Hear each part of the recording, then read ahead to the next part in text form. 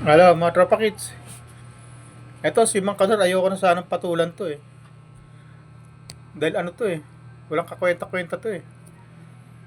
Pero, dumadali na naman daw, kumukuda na naman daw.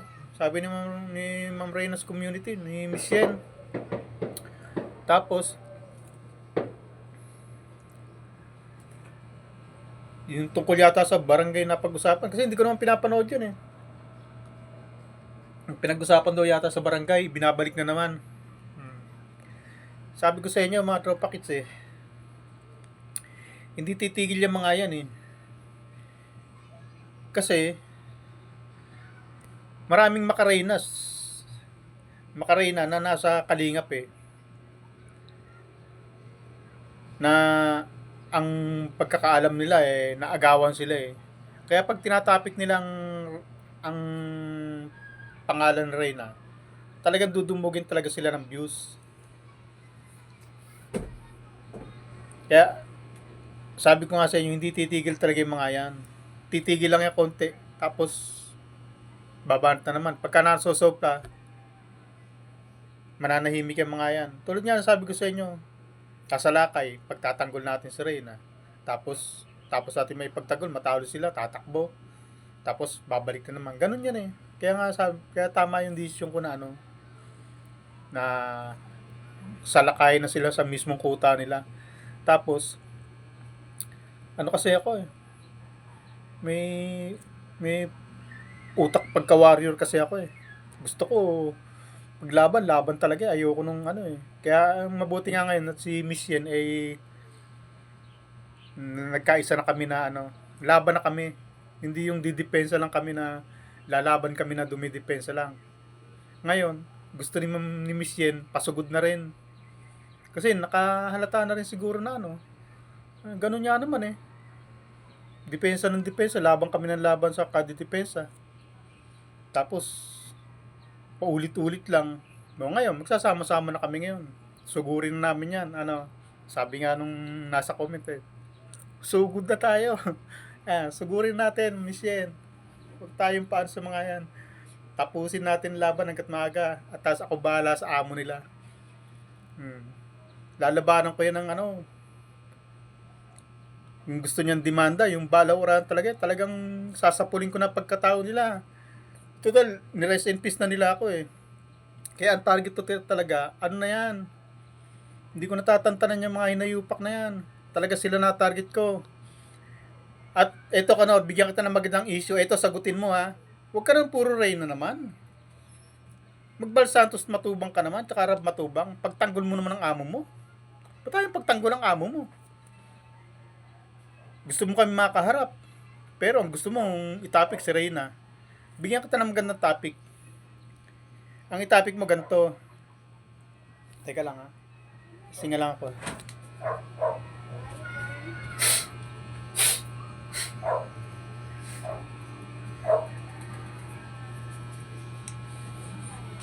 Sipunin pa yata ako. Kadalawang basong halo-halo ako kaninang tanghali tapos ngayong hapon. Kasi piyesta kasi dito sa amin eh naggawa ng halo-halo. Kadalawang baso ako kaninang tanghali tsaka ngayong hapon. Yung anak ko nga isang baso natira pa, binalik pa sa freezer. Padalawang baso na rin niya yun. Balak na ibigay sa akin. Ay ko naklagay mo na sa freezer. Balikan mo lang pag sa ibang araw pagka gusto mo na ulit kumain. Tapos, yan nga, Kanor,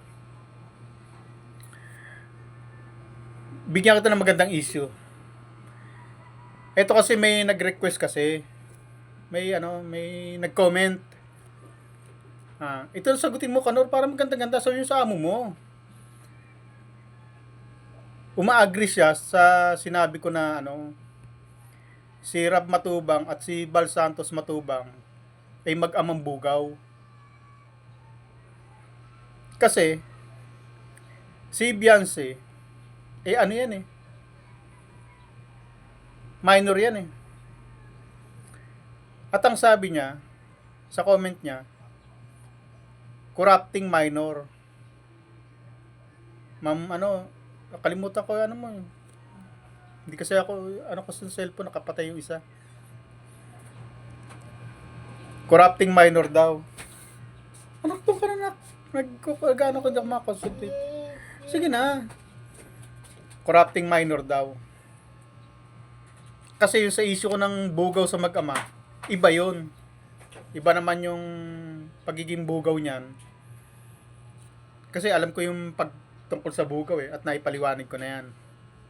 Kung sa akalaan lang ground yun para mademanda ako, sige. Pero pagka nag-counter ako, bagay may counter ba yung ano, may counter affidavit ba yung ano, yung libel? Parang wala namang counter affidavit yung ano na pagka pinadala ka ng subpoena noon sa piskal magka-counter affidavit ka sa halimbawa kinasuhan ka ng gantong kaso tapos sasagot ka magka-counter affidavit ka hindi ko alam kung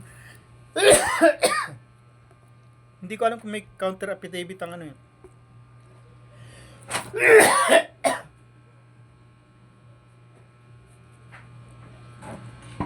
Ayoko na halo-halo.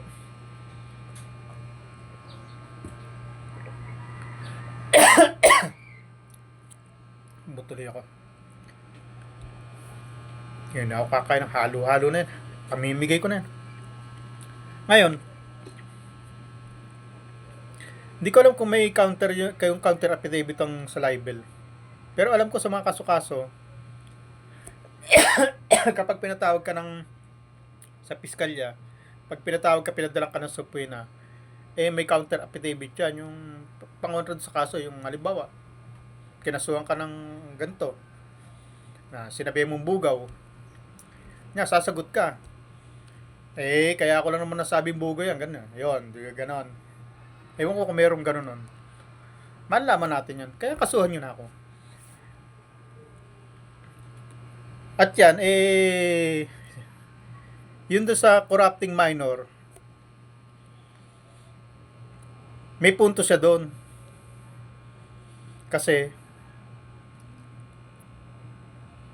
minor si Beyonce. At lumalabas ngayon na pinagkakakitaan na si Beyonce. At, ang gumagamit kay Beyonce, ibang tao, hindi magulang niya. Kung mismong magulang niya ang gumagamit, ibang usapin yun. Pero pagka ibang tao ang gumagamit at pinagsasamantalaan yung kabataan ng isang babae, yung pagiging minor de edad niya, parang tinuturuan siya o parang ini-exploit siya, yung bang parang inaano siya, yung ano ba tawag dito? Yun na, kasama kasi yung exploitation ba, yung pang ano, yung inaano ka. Hindi pa kasi ako nakakapag-research kasi busy ako nanay, tapos holiday pa ngayon. Basta ma'am si ano yun?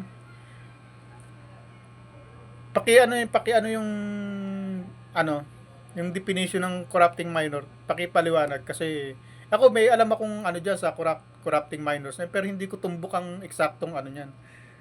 Kasi nandun pa ako sa ano sa party pa ako na ano, hindi pa ako dumarating dyan sa parting ganyan kasi nga hindi pa nga sumasagot tong mga ito Ewan ko ba sa mga mag-ama na yan, bakit binabanata ko ng bugaw-bugaw issue na yan Ayaw pa lang lumabas. Para maging tayo, para maging interesado tayo. Tapos ngayon, nagdagdagan ng corrupting minors daw. Hindi pa ako nakakarating sa party na yan kasi nasa parting bugaw pa ako Yung kasing corrupting minors na parang may mga ano pa yan may mga ano ba tawag? Parang may mga parang batas yata na may mga Republic Act na yata yan yung mga tungkol sa ano yung sa mga ganyan na mga kabataan na naabuso ng mga nakatatanda, yung parang basta yun na yun, darating tayo doon. Pero sa ngayon, wala pa tayo dyan sa parting ganyan. Ma'am, paki paliwanag lang sa akin yung ano, pakibasahan ako ng ano, tungkol sa corrupting minors na yan. Alam ko may mga Republic Act dyan May batas tungkol dyan Kaya lang hindi ko pa nare-research kasi hindi pa inaabot ng ano Pero darating tayo dyan. Dito muna kay Kanor sa pagiging bugaw ng mag-ama. Yung corrupting minors kasi ano yan eh, parang ano na yan eh. Hindi na libel case lang yan eh. Parang criminal ano na yan eh. Parang may halo ng criminal act yan eh. Yung corrupting minors. Para hindi na pasok sa, hindi na civil case lang yan eh. Parang criminal case na yan eh. Yung corrupting minors.